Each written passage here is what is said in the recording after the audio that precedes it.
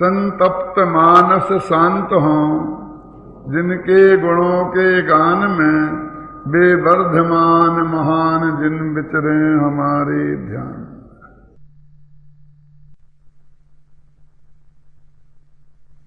वर्धमान महान जिन विचरे हमारे ध्यान में। स्वच्छत्व शक्ति की चर्चा चल रही है, पेज नंबर 345।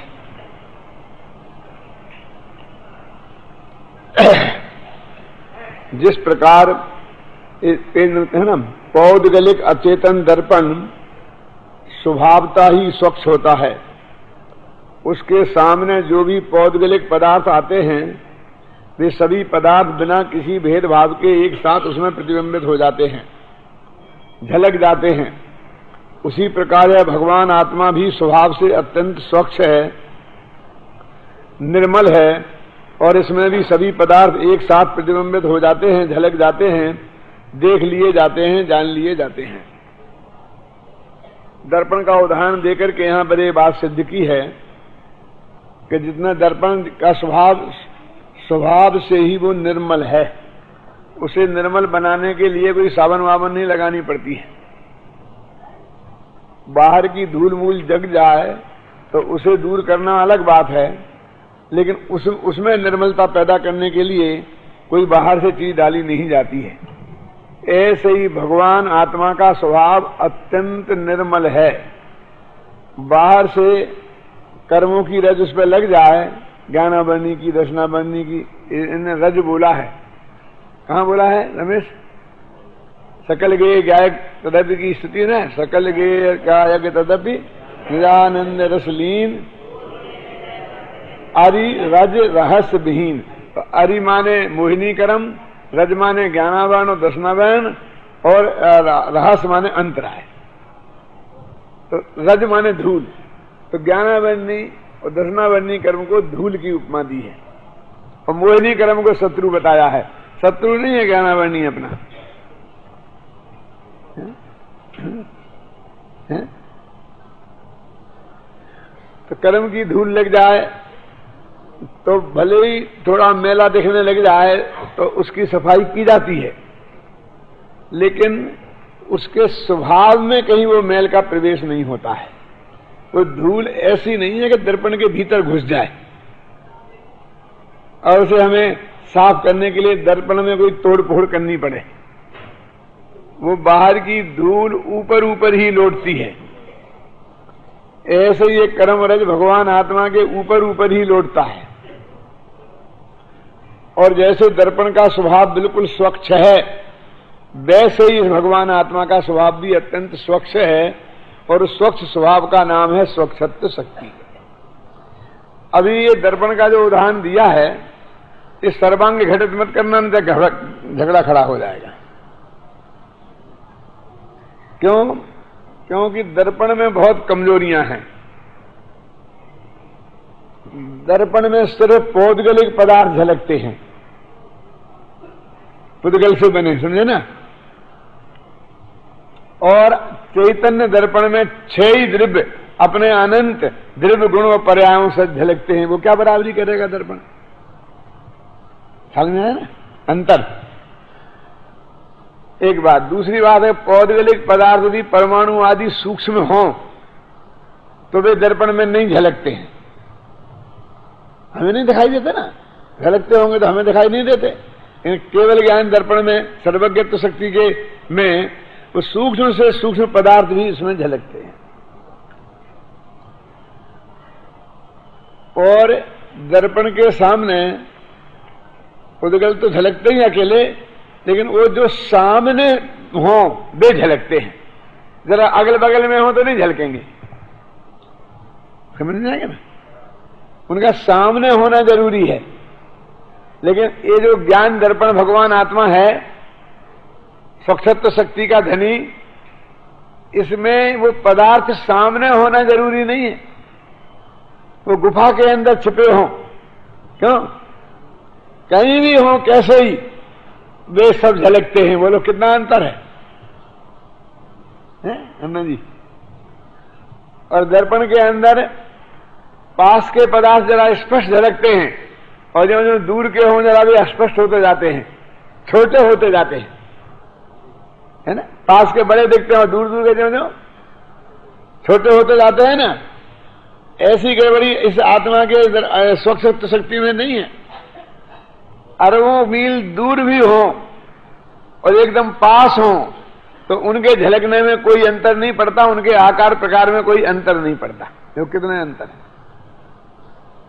अब दर्पण दर्पण दर्पण दर्पण का उदाहरण सिर्फ झलकने की दृष्टि से है, त्रिकाल वो तो है ही, तीन काल के।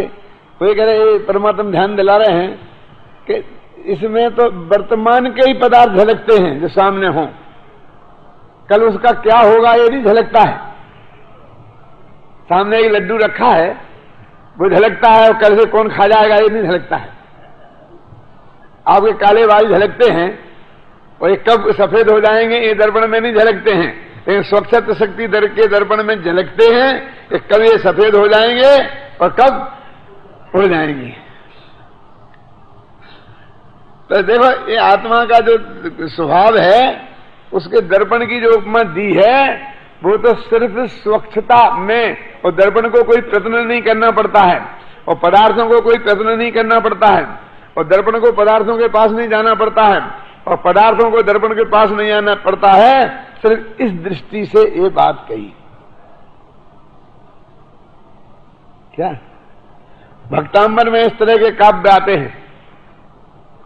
आदिनाथ भगवान की उपमा कहा गया, हे भगवान तुम दीपक हो। फिर कहा दीपक तो हो लेकिन दुनिया जैसे दीपक नहीं हो।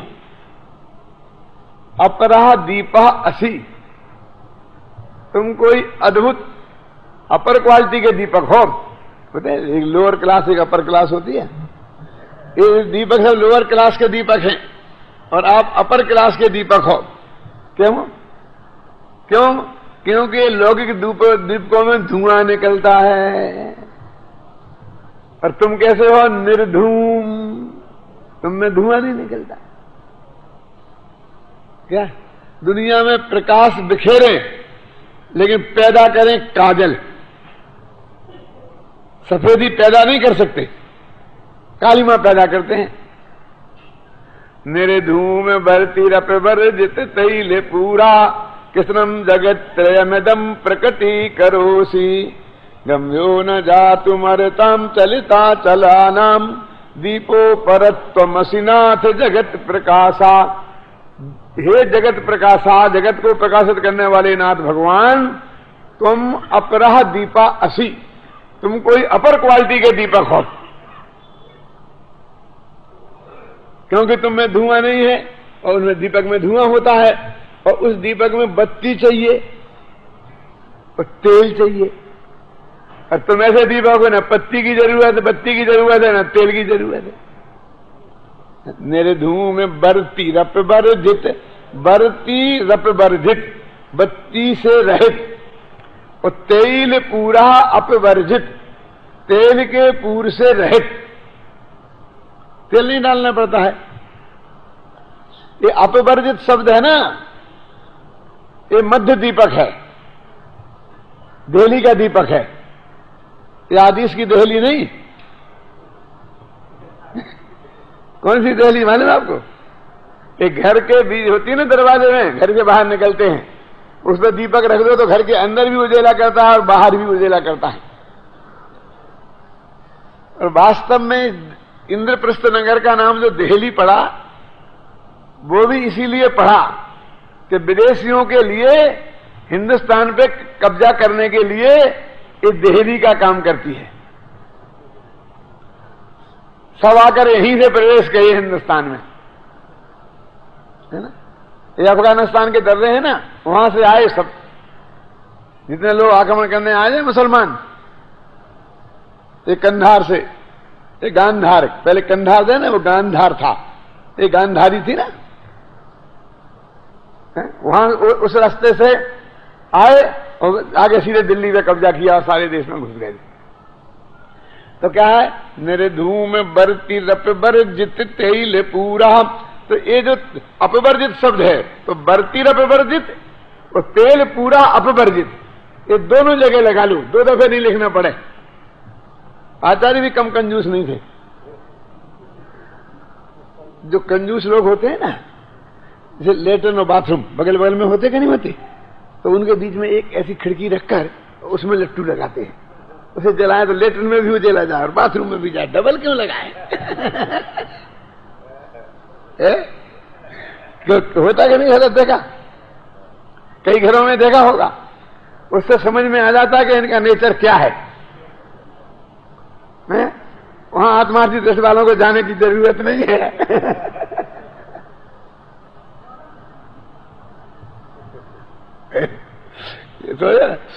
आचार्य भी कम कंजूस नहीं थे। एक अपवर्जित से काम चल सकता है, तो 2 अदब है, अपवर्जित क्यों लिखना? तो बर्तिर अपवर्जित और तेल पूरा अपवर्जित। इधर भक्तंबर का अर्थ भी मेरे से सुनो तो मजा आ जाएगा। क्या? मेरे धूम बर्तिर अपवर्जित तेल पूरा कृष्णम जगत त्रयमदम प्रकटी करोसी। वो जो दीपक है जिसमें तेल डालना पड़ती है, बत्ती डालना पड़ती है, धुआं निकलता है और एक छोटे से कमरे को प्रकाशित करता है। इतना साधन जुटाओ और फल क्या निकले? और ये 3 लोक को प्रकाशित करता है। निर्धूम बरती रप बरजित तैल पूरा कृष्णम, कृष्णम माने संपूर्ण, कृष्णम जगत त्रय, 3 लोक के सब जगत प्रकटी करोसी, उसको प्रकाशमान कर देता है प्रेमचंद जी साहब। कितना बड़ा दीपक है। पर आगे क्या है बोलो? गम्यो न जाति मरुतम चलिता चलानाम। और ये जो दीपक है, इतना जलाया हमने, तेल डाली, धूम डाली, बत्ती डाली, धुआं बर्दाश्त किया, एक कमरे को प्रकाशित किया, फूंक किया तो बुझ गया। कई एक लड़के ने बोला था ना कि हवा का चक्कर है, देखें कौन जलता रहता है, जिस दीपक में ताकत होगी वो जलता रहेगा। क्या था भैया तुम्हारा? ऐसा था ना कुछ?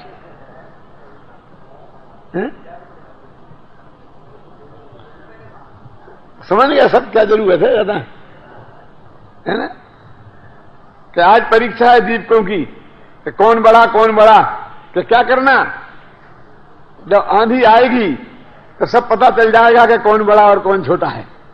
इन आंधी और तूफानों के बीच में जो जलता रहे वो दीपक है ना?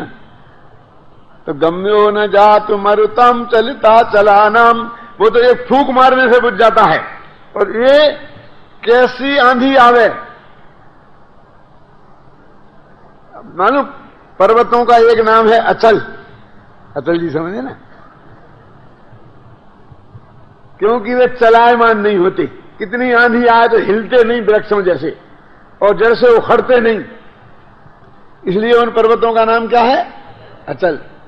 तो कहते हैं ऐसी आंधी आए अचला नाम चला, कि जिसमें पर्वत भी चलायमान हो जाएं, अचल भी चलायमान हो जाएं, ऐसी आंधी आए। गम्यो न जातु मरुतम अचला चला नाम, अचल पर्वतों से भी जिससे हिल जाए, ऐसी आंधी चले तो भी ना हिले ना बुझे, ऐसे दीपक हो। दीपो परत्वमसिनाथ जगत प्रकाशा, ऐसे हे भगवान जगत को प्रकाशित करने वाले तुम ऐसे दीपक हो। भगवान को दीपक की उपमा दी। ये स्तुति है, इसका नाम भक्ति है ना? तुम कैसे, तुम चंद्रमा भी हो, तुम कहे चंद्रमा हो। नित्योदयम दलित मोह महांधकारम गम्यम न राहु भजन च बारिदानाम विभ्राजते तब बपू कल धौत कांतम मनल प्रकांति। हे जगत भगवान, तुम जगत के अभूतपूर्व शशांक हो, चंद्रमा हो। भगवान तुम चंद्रमा हो। अभी दीपक थे, चंद्रमा होगा 1 मिनट में। तो जितने भी प्रकाश के पुंज हैं उन सबको भगवान पर घटित किया। क्योंकि भगवान ज्ञान प्रकाश के पुंज है, प्रकाश शक्ति से संपन्न है। आने वाली है प्रकाश शक्ति इसके बाद। चंद्रमा तो हो, लेकिन कैसे चंद्रमा हो कि इस चंद्रमा का दिन रात में है, दिन में गायब। पूर्णमासी पे हम उसको भाई साहब पूरे ही गायब, कभी आधे गायब। कॉलेज के जो नेता होते हैं उन छात्रों के समान, जैसे वे क्लासों में आते हैं ना, कभी आते हैं कभी गायब हो जाते हैं, ऐसे हमारे चंद्रमा है। लेकिन हे भगवान, तुम चंद्रमा हो लेकिन कभी गायब होने वाले हो, कभी उदय वाले नहीं हो। कैसे हो? नित्योदयम, हमेशा 24 घंटा उदित रहते हो। ये चंद्रमा अंधकार को दूर करता है, लेकिन इसमें सूरज जैसी ताकत नहीं है कि जहां किरण पहुंचेगी वहां का अंधकार दूर करेगी, जहां किरण नहीं पहुंचेगी वहां का नहीं करेगी। सूरज में ऐसी है कि जहां किरण नहीं पहुंचे वहां भी के अंधकार को भी दूर, तल घर के भी अंधकार को दूर करता है। तो तुम कैसे हो? नित्योदयम दलित मोह महाअंधकारम, मोह रूपी महाअंधकार को तुम नाश करने वाले। यहां मोह रूपी महाअंधकार, वो तो इस लौकिक अंधकार में निकलते हैं। सिद्ध चक्र में लिखा है, सिद्ध चक्र विधान है ना, अपने शांतिलाल जी करने वाले हैं ना, शुरू हो गया अभी से विधान। सिद्ध परमेष्ठी, चलो निपट गया यार, अच्छा रहा। सुनो क्या है उस सिद्धक विधान में, क्या लिखा है?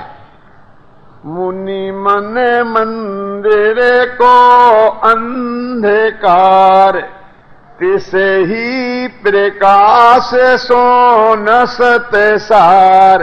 है जतीश भाई, सिद्धक विधान तो कई दफे किया हुआ ना अश्विन भाई, याद है? पंक्ति ली आया था कहीं उसमें।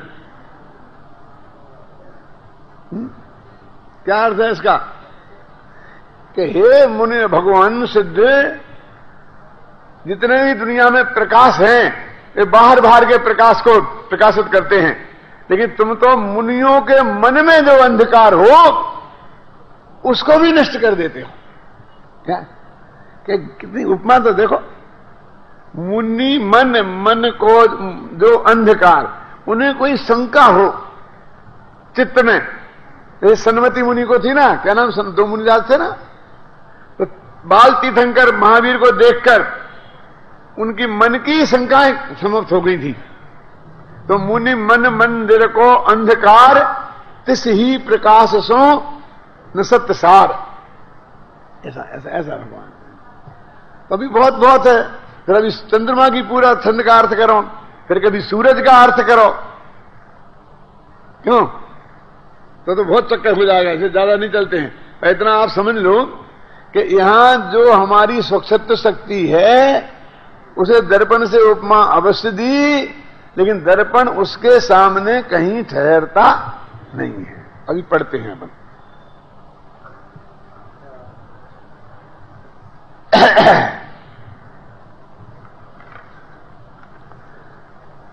ध्यान रहे, मिल गया? क्यों? पेज नंबर 345 पे ध्यान रहे वाला प्यारा मिल गया। ध्यान रहे, पौद्गलिक दर्पण में तो मात्र मूर्तिक पुद्गल ही झलकते हैं, किंतु इस भगवान आत्मा में मूर्तिक पदार्थों के साथ साथ अमूर्तिक जीव, धर्म अधर्म, आकाश और काल, ये सभी पदार्थ, इनके गुण और उनकी समस्त भूत भावी और वर्तमान पर्यायें, आगे ना परमात्मा तुम्हारी भूत भावी वर्तमान पर्यायें भी प्रतिबिंबित हो जाती हैं। एक बात और भी है कि दर्पण में तो वही मूर्तिक पदार्थ झलकते हैं जो उसके सामने आते हैं, परंतु भगवान आत्मा के स्वच्छ स्वभाव में तो समीपवर्ती, दूरवर्ती, भूतकालीन, वर्तमान, भावी, सूक्ष्म और स्थूल सभी पदार्थ एक साथ एक जैसे स्पष्ट झलक जाते हैं। क्यों? दर्पण में तो समीपवर्ती पदार्थ स्पष्ट और दूरवर्ती पदार्थ अस्पष्ट झलकते हैं, किंतु आत्मा में तो समीपवर्ती, दूरवर्ती, स्थूल, सूक्ष्म, भूतकालीन और भावी सभी पदार्थ वर्तमान पद ही स्पष्ट प्रतिभाषित होते हैं। 3 बार आ गई तुम्हारी बात है? अतः यहां दर्पण का उदाहरण मात्र पदार्थों के प्रतिबिंबित होने तक ही सीमित रखना चाहिए। भगवान आत्मा में पदार्थों के झलकने का जो अद्भुत स्वच्छ स्वभाव है, उसी का नाम स्वच्छत्व शक्ति है। अभी और गुरुदेव ने बहुत बढ़िया कहा है और सबने कहा है, लेकिन जो ये मैंने आपको तुलना करके बताया है, इस समय सारा अनुशीलन में ही मिलेगा। पर ध्यान से पढ़ोगे तो मिलेगा नहीं तो ऊपर ऊपर निकल जाएगा। क्यों ऐसा क्यों ऐसा कोई उदाहरण देते अन्ना जी कि जिसमें बिल्कुल सर्वांग घटित हो जाता तो कितना बढ़िया रहता। ऐसा उदाहरण कोई जग में है ही नहीं, इसीलिए तो वे अनुपमेय है ना भगवान आत्मा। माता कैसी होती है? मामी जैसी, मौसी जैसी, दादी जैसी, नानी जैसी, कि नहीं जगत में कोई उपमा है ही नहीं। मां तो सिर्फ मां जैसी ही होती है, अनुपमेय है वो। ऐसा है भगवान आत्मा अनुपमेय है। ये किसी दूसरे से, ये जड़ पदार्थ से इसकी क्या तुलना करें, लेकिन क्या करें, हमारे पास नहीं है तो जो उदाहरण होता है उससे ही काम चलाते हैं। इसलिए उदाहरण को कभी सर्वांग घटित नहीं करना चाहिए। कुछ महापुरुष होते हैं टोडामल जैसे कि जो बहुत सर्वांग उदाहरणों को लेके आते हैं। मैंने टोडामल जी की तुलना इस उदाहरण की दृष्टि से महाकवि तुलसीदास से की है अपने शोध प्रबंध में। कि महाकवि तुलसीदास की बात बताऊं क्या किया उनने कहा, लिखा अपनी किताब का नाम क्या रखा? रामायण उनकी किताब नहीं है, उसका नाम नहीं है, उसका नाम है रामचरित्र मानस। और मानस माने मान सरोवर नामक झील जो कैलाश पर्वत के ऊपर है। तो राम के चरित्र रूपी जल जिसमें भरा है। ये जो है मेरा किताब, वो कहते हैं ये तो है झील, और इसमें पानी कौन सा है? राम के चरित्र रूपी पानी है।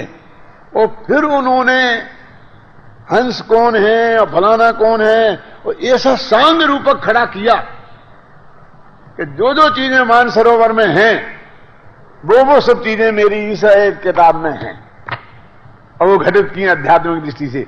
तो वो उनका सांग रूपक है, माने सर्वांग घटित होता है, ऐसा रूपक उनका प्रसिद्ध है। मैंने टोडामल जी का मोक्ष मार्ग प्रकाशक का वो उदाहरण दिया वैद्य का, वो कई अध्यायों तक चलता है ना। वो सांग रूपक है, वो वैद्य पल्ला छोड़ता ही नहीं है। पहले अध्याय में, दूसरे में, तीसरे में, चौथे में, 5वें में, बराबर हर अध्याय शुरू होता है और वैद्य जी आ जाते हैं। क्यों? सांग रूपक है। जैसे वो अपना रिक्शा वाला भी सांग रूपक है कि बराबर चलता है वो अंत तक। क्या? शुरू से लेके अंत तक एक बात को सिद्ध करता चलता है। क्या? तो आत्मा भगवान है और संबंध ज्ञान चात्र से उसकी पर्याय में भी भगवत्ता प्रकट की जा सकती है। उस बात को ऐसे सांग रूपक, तो सांग रूपक मिलना बहुत कठिन होता है, ऐसे मिलते नहीं है। ये छोटे छोटे रूपक होते हैं, जैसे हम बोलते हैं ना कि अज्ञान रूपी अंधकार, बस खत्म हो गई चिट्ठी यही। अज्ञान और अंधकार रूपक हो गया, झगड़ा खत्म। लेकिन आगे और रूपक को बढ़ाते नहीं है आगे, लेकिन कुछ सांग रूपक होते हैं। अभी आगे चलते हैं, देखो पेज नंबर 346। यहां तक तो अपन ने पढ़ लिया ना स्वच्छ शक्ति के स्वरूप को। यदि दर्पण स्वच्छ है तो सामने आने वाले मूर्तिक पदार्थ एकदम साफ साफ दिखाई देंगे। यदि पदार्थ उसमें स्पष्ट दिखाई नहीं दे रहे हैं तो पदार्थ विकृत नहीं है, अपितु दर्पण अस्वच्छ है या कम स्वच्छ है, क्योंकि दर्पण में पदार्थों का कुछ भी नहीं आया है। दर्पण में तो जो कुछ भी दिखाई दे रहा है वह सब दर्पण का ही परिणमन है। अतः स्पष्ट दिखने वाले पदार्थों को स्पष्ट देखने के लिए पदार्थों में कुछ नहीं करना है, अपितु दर्पण को ही स्वच्छ करना होगा। अभी ये क्या बता रहे स्वच्छ शक्ति के स्वरूप में कि जो सामने वाले पदार्थ गए दर्पण, ज्ञान दर्पण में झलके, समझे ना, यदि वो साफ नहीं दिखाई दे रहे हैं तो ये हमारे मति ज्ञान का दोष है, उसमें उन पदार्थों का कोई दोष नहीं है ना।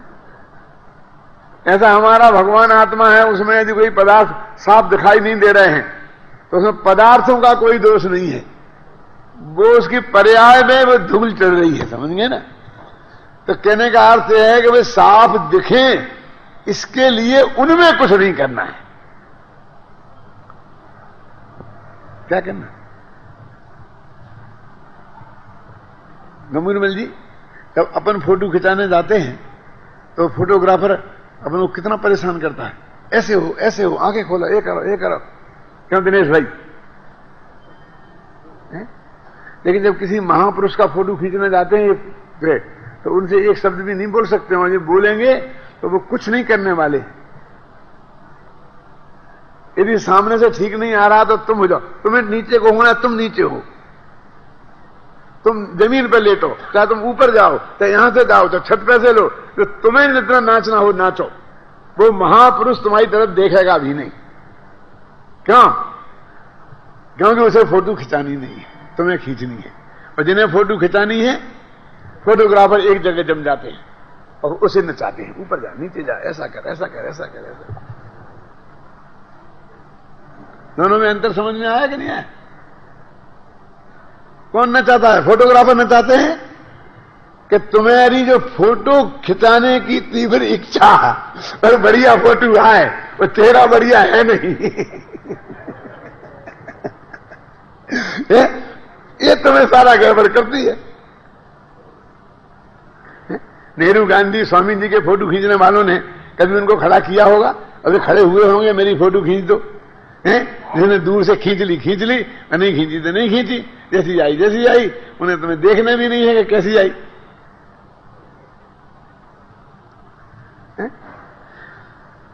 तो अपन उसको गे को, मैंने अपने कैमरा रूपी दर्पण में जो गे झलकता है, आप समझ में आए ना, तो हम गेयों में परिवर्तन करते हैं। जो कुछ करना हो कैमरा में करो, भले आदमी गेयों को क्यों परेशान करते हो? तो ऐसा ही डिस्टरबेंस ज्ञान रूपी दर्पण में गे झलकेंगे तो गेयों को डिस्टरबेंस होगा। तो कहते नहीं, बिल्कुल नहीं होने वाला है कि ज्ञान को डिस्टरबेंस होगा कि नहीं, कुछ भी होने वाला नहीं है। समझे ना?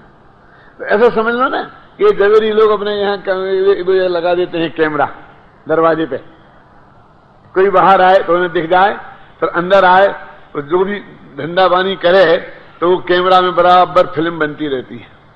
तो कैमरा भी हिलता नहीं है कहीं, और वो जो चोरी चपोटी करने वाले या तो और भी अपने लेन देन करने वाले, वो भी बिल्कुल अपनी इच्छा से परिणमन करते हैं। क्या कोई मेरी फोटो खींच रहा है ऐसा तो उन्हें ज्ञान है नहीं, इसलिए जैसा चाहे वैसा परिणमन करते। दोनों बिल्कुल आजाद हैं, वो अपनी आजादी से अपनी सारी क्रियाकलाप कैमरे को दे देता है, और कैमरा अपनी आजादी से सारे क्रियाकलाप अपने में ले लेता है। उनका कुछ भी कैमरे में नहीं गया, क्योंकि वो सारा रील का परिणमन है। जो कैमरे में है वो किसका परिणमन है?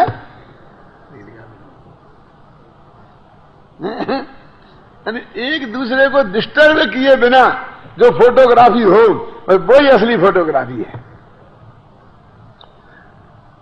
कौन? जिसको फोटो खिंचाना है वो भी नहीं नाचे, जो खींच रहा है वो भी नहीं नाचे। ख्याल में है ना? ये ज्ञान दर्पण खींचता है, ये भी नहीं नाचे, और गे को भी नहीं नाचना पड़े। ऐसा सौक्षत्व शक्ति का प्रभाव है। ये सब बताने की जरूरत क्यों है? इसलिए जरूरत है कि हमको ये डर लगता है कि पढ़ के जानेंगे तो बहुत गड़बड़ होगी, इसको गड़बड़ होगी, उसको गड़बड़ होगी, ये होगी, वो होगी ना।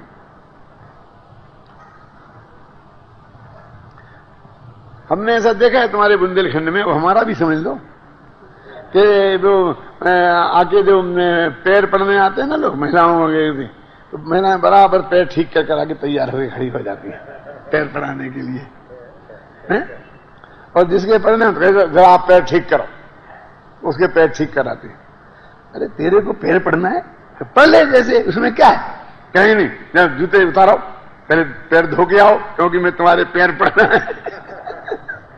क्यों गुरुदेव से ऐसे पैर पड़े जा सकते थे? बोलो कि नहीं, मैं आपके चरणों में माथा रखूंगा तो मेरा माथा गंदा ना हो जाए, इसलिए जरा साबुन से पैर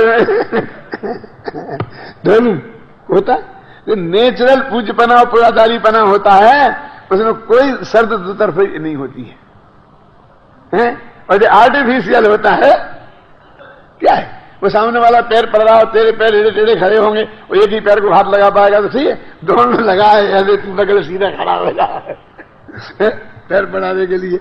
उसकी क्या जरूरत है? बोलो है क्या? वो नेचुरल नहीं है, है?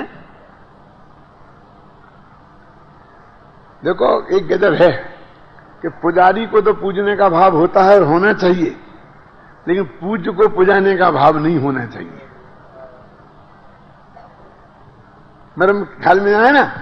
तो जो पूज्य अपने पुजाने के लिए जो भी अनुकूलता प्रदान करता है, वो अंदर के पुजाने वाले भाव को व्यक्त करता है। जैसे मैंने बोला ना, हाँ ठीक है फोटो खींच लो, ऐसा खींच लो, ऐसा खींच लो, तो जो अनुकूलता प्रदान करता है ना, समझ गए ना? खींचते जाते हैं, वे खिंचाते नहीं है। जिनको पूजने का भाव होता है वो अलग दिखता है। पूजने का भाव तो भगत का है, वो तो पूजेगा, देवसास गुरु की पूजा करेगा कि नहीं करेगा, लेकिन देवसास गुरु में पुजाने का भाव होगा, ये सही नहीं है। और होगा तो भगत कहता है कि तुमने पुजाने का भाव हमें दिखाई दिया और हमने पूजा बंद करी, क्योंकि हम तुम्हारी पूजा इसलिए करते हैं कि तुम में पुजाने का भाव नहीं है। बोला क्यों लाला जी? कैसी विचित्र बात है। हाँ, यदि दर्पण स्वच्छ पढ़ रहे थे ना, ये तो पढ़ लिया ना। अब इसी प्रकार आत्मा के स्वच्छ स्वभाव में झलकने वाले गे यदि अस्पष्ट प्रतीत हो तो उनमें कुछ नहीं करना है, क्योंकि गड़बड़ी उनमें नहीं है, क्योंकि उनमें दिखने रूप परिणमन उनका नहीं है। उनके दिखने रूप परिणमन उनका नहीं है। किनका? जो दिख रहे, जिसमें दिख रहे वो उसका है।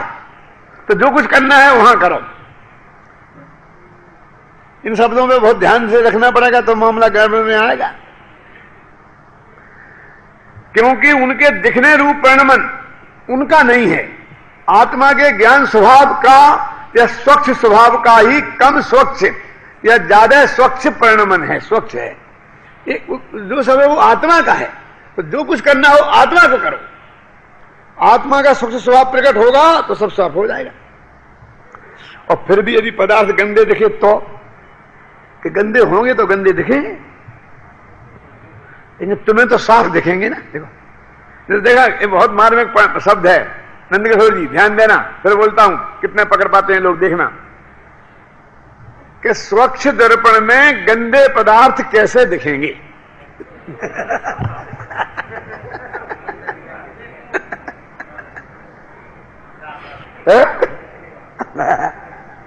समझ में आ गया? मैं तो कह रहा हूं, बता तो दिया कैसे, गंदे तो बता दिया, जैसे तैसे कैसे जवाब दे रहे हैं आप? वो तो मैंने पहले ही कर दिया इंतजाम। स्वच्छ दर्पण में गंदे पदार्थ कैसे दिखेंगे। अब देखो, दर्पण की तरफ से देखो तो स्वच्छ दिखेंगे, और पदार्थों की तरफ से देखो तो गंदे दिखेंगे। क्या ठीक है? नहीं तो अब कहे तुमको पदार्थों की तरफ से क्या मतलब है? तुम तो दर्पण हो ना, स्वच्छत्व शक्ति तुम में है, तो तुम उसकी सफाई कर सकते हो। तुम दर्पण की सफाई कर सकते हो, उसके जाके चेहरे को नहीं धो सकते हो। गे के चेहरे को तुम नहीं धो सकते हो। उन गे में जो भी परिणमन है, राग देश रूप है, जिस रूप भी है, अनंत अनंत गे है ना, फिर तो तुमको जैन से अजैन ईश्वरवादी बनना पड़ेगा। वो जाके तो गेयों में सब कुछ करता है, तो एक एक पत्ते में रंग भरता है ना, और रोजाना रंग बदलता है। एक एक पत्ते का कितना बड़ा काम है। एक एक आदमी के बालों को आधा काला करता है, आधा सफेद रखता है क्यों? और फिर एक और कल काला कर देता है, फिर परसों एक और कर देता है, फिर धीरे धीरे धीरे सब कर देता है। क्यों? वो कितना भगवान को कितनी परेशानी होती होगी।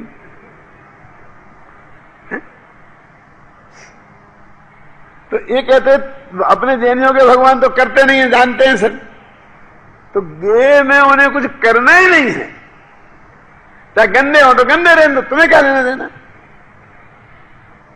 यदि तुम्हें साफ दिखाई नहीं दे रहा हो, मैं दिखाई साफ नहीं दे रहा हो, तो तुम दर्पण को निर्मल करो।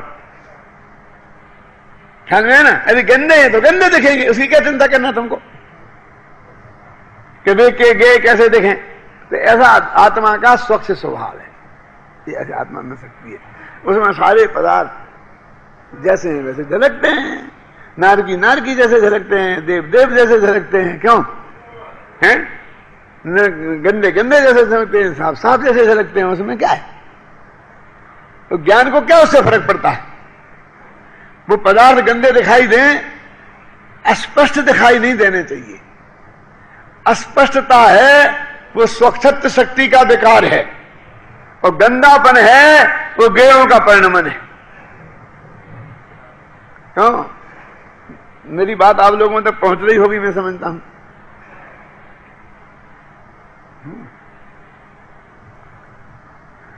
इसी प्रकार आत्मा के स्वच्छ स्वभाव में झलकने वाले गे यदि अस्पष्ट प्रतीत हो तो उनमें कुछ नहीं करना है, वे साफ दिखाई नहीं दे तो।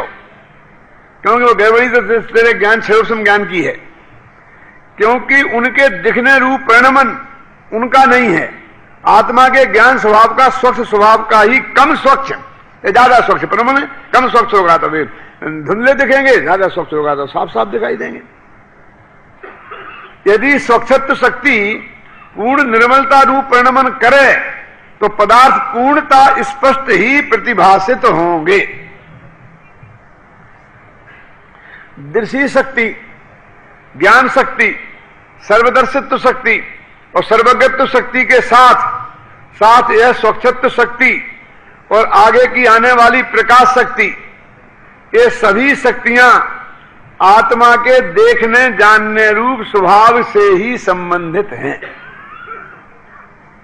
उन्होंने वास्तव में एक ज्ञान ही की बात है, जिस ज्ञान के बारे में बोलते हैं ना सुपर प्रकाश का जो भी है।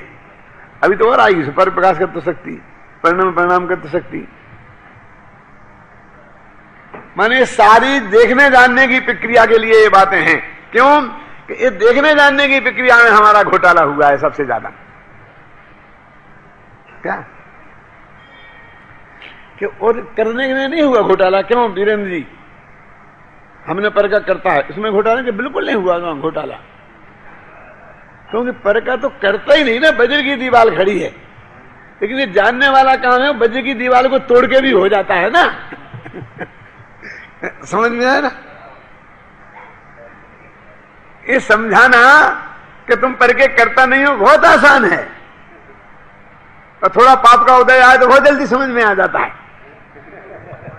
क्योंकि उसके पर पदार्थ उसकी इच्छा के अनुकूल परिणमन नहीं करते हैं। मैंने पहले भी एक दफा कहा है, लेकिन ऐसा भी नहीं है कि पुण्यात्मा को पर पदार्थ उसकी इच्छा के अनुकूल परिणमन करते हैं और पापी के इच्छा के अनुकूल परिणमन नहीं करते हैं, ऐसा भी नहीं है। क्योंकि वो फिर पर पदार्थों को इसके अधीन हो गए अपने, हमारे यहां पुण्य के उदय से। तो होता क्या है कि पर पदार्थों का जैसा परिणमन होता है पुण्यात्माओं को वैसी इच्छा होती है। समझने के नहीं? अभी समझ लो आप, किसको बदलना है? हाँ, नहीं, लेकिन वो पुण्य का उदय होगा तो तेरे को ऐसी इच्छा होगी जैसा परिणमन होना है, इसलिए तेरे को दुख नहीं होगा। बस खत्म। तेरे को दुख नहीं होना है तो ऐसा ही होगा। गुरुदेव श्री की परिणति को आप देखो तो अब भी हाल मालूम पड़ जाए कि पुण्य का उदय उनकी कैसे था। कि आए पंडित अभी आए? हाँ आए। अच्छा किया, अच्छा किया, अच्छा किया। 2 साल बाद गए, 2 दिन बाद गए, कि गुरुदेव मिल जा रहे हैं, जा रहे हैं, ठीक है। तो दूसरा बगल में बैठा कोई आदमी के, क्यों अभी 2 ही दिन तो गए हैं, और रुको ना, है ना। बोल मान लो चंदू भाई बोले कि और रुको ना, चंदू जी और रुको, नहीं काम होगा, काम होगा। गुरुदेव गृहस्थ है ना, पता झंझट है ना, काम होगा, काम, ठीक ठीक ठीक है, जाओ जाओ। बोलो,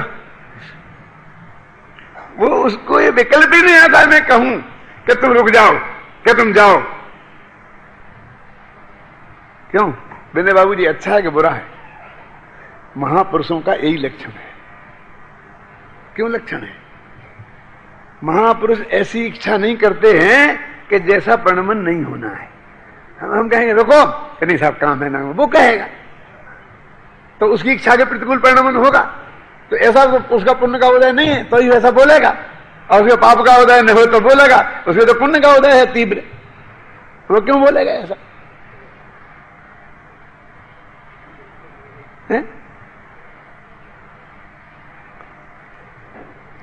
अपने अपने परिणामों का एक एक परिणाम का नाप करना,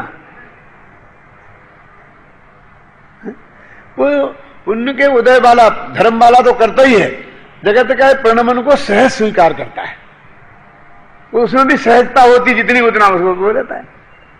मैं आपको बोलता हूं उदाहरण के लिए सच्ची बात, अभी यही की अभी पक्की इन दिनों की जतीश भाई, कि मैं जब वहां से आया तो भी वो कार्यक्रम मेरे सामने था कि सुबह 2 व्याख्यान, शाम को 2 व्याख्यान, फिर इतना फिर इतना, फिर इनका नहीं, उनका नहीं, उनका नहीं, उनका नहीं, अभी बंद क्या करेंगे।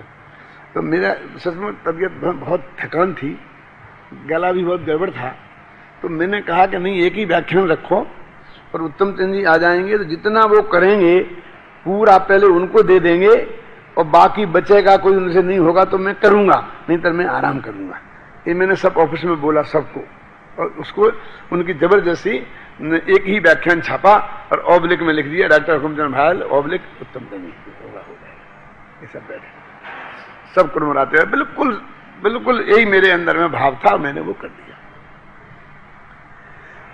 अभी पता चला कि वो तो 8 तारीख से नहीं आ रहे,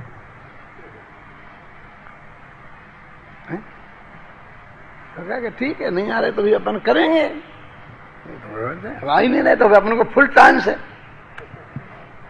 तो ऐसा भाव आया कि अभी जो बोलना है खूब बोलो, जम के जितना बोलना है बोलो।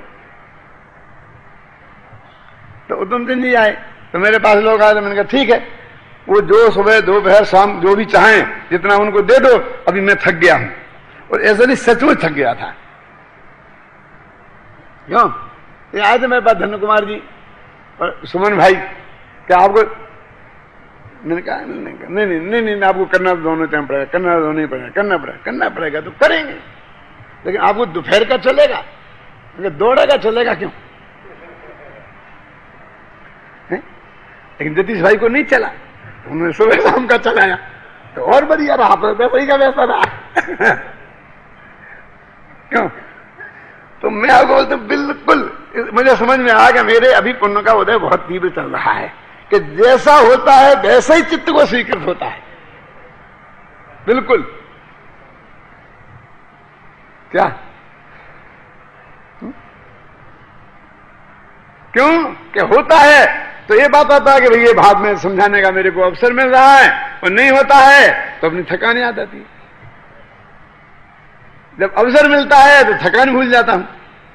मेरे से लोग कहते हैं कि आपकी तबीयत खराब है, मैंने कहा कि प्रवचन करते वक्त तो नहीं लगती है, मैंने कहा वो डॉक्टर को दिखाते वक्त लगती है। तो मेरे कहने का मतलब यह है कि पुण्य का उदय क्या है समझ लेना, जांच करना। क्या नाम कोमल चंद जी, 24 घंटे अपने परिणामों की, कि जगत का जो सहज परिणमन है क्या, उसको उसके अनुसार तेरा विकल्प चले तो समझ लेना कि मेरे पुण्य का उदय चल रहा है, क्योंकि जगत तेरे परिणम विकल्प के अनुसार बदलने वाला नहीं है।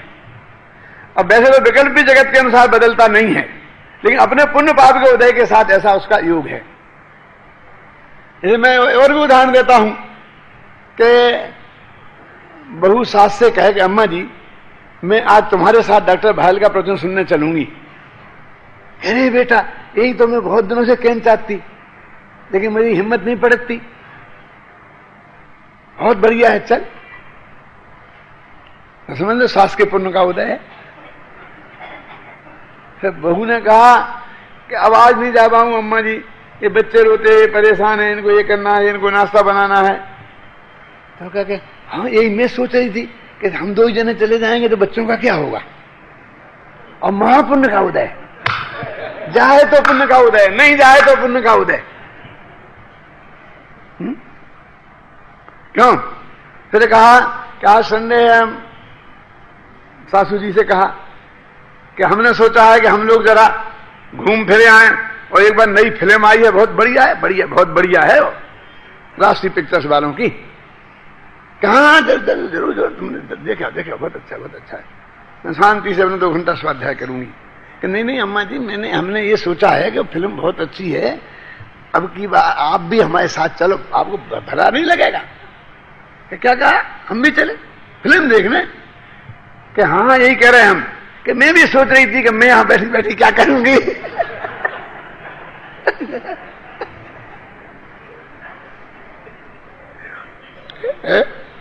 मैं बैठी बैठी यहां अकेली क्या करूंगी। समझ लोगे इसके बहुत पुण्य का उदय। समझ गए ना? वो जगत के परिणमन को बदलना चाहता है, हैं? तो ये पुण्य पाप का उदय का स्वरूप ऐसा है। वस्तु के स्वरूप में एक द्रव्य का दूसरे द्रव्य से कोई संबंध नहीं है। और जिसके उसको जो संत होते हैं गुरुदेव जैसे, उनका ऐसा ही है। उन्हें विकल्प नहीं होता कि बन जाए ये बन जाए, स्वाध्याय भवन बन जाए, बन जाए, बन जाए तो बहुत खुशी है ना, नहीं बने तो कोई फर्क नहीं पड़ता है, बन जाए तो फर्क नहीं पड़ता है।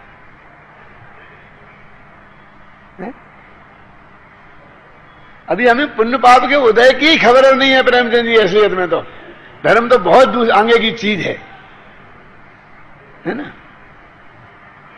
स्वच्छत्व शक्ति का स्वरूप ऐसा ही निर्मल है, बस अपने में निर्मल है। सारा लोकालोक झलके ना झलके, साफ झलके गंदा झलके, अब जैसा होगा वैसा झलकेगा। अपना तो ज्ञान दर्पण निर्मल है, उसमें तो कोई गड़बड़ी कहीं पर है नहीं। ऐसा लोकालोक झलके उसका नाम स्वच्छत्व शक्ति, और अपना आत्मा झलके उसका नाम प्रकाश शक्ति, जिसकी चर्चा अपन अब कल करेंगे। ळमोवरन्ताळं ळमो सिद्धाळं ळमोवैर्याळं ळमोवैज्झाळं ळमोलोय सब्बसाहुळं ळमोवरन्ताळं ळमो सिद्धाळं ळमोवैर्याळं ळमोवैज्झाळं ळमोलोय सब्बसाहुळं ळमोवरन्ताळं ळमो सिद्धाळं ळमोवैर्याळं ळमोवैज्झाळं ळमोलोय सब्बसाहुळं ळमोवरन्ताळं ळमो सिद्धाळं ळमोवैर्याळं ळमोवैज्झाळं ळमोलोय सब्बसाहुळं ळमोवरन्ताळं ळमो सिद्धाळं ळमोवैर्याळं ळमोवैज्झाळं ळमोलोय सब्बसाहुळं ळमोवरन्ताळं ळमो सिद्धाळं ळमोवैर्याळं ळमोवैज्झाळं ळमोलोय सब्बसाहुळं ळमोवरन्ताळं ळमो सिद्धाळं ळमोवैर्याळं ळमोवैज्झाळं ळमोलोय सब्बसाहुळं ळमोवरन्ताळं ळमो सिद्धाळं ळमोवैर्याळं ळमोवैज्झाळं ळमोलोय सब्बसाहुळं ळमोवरन्ताळं ळमो सिद्धाळं ळमोवैर्याळं ळमोवैज्झाळं ळमोलोय सब्बसाहुळं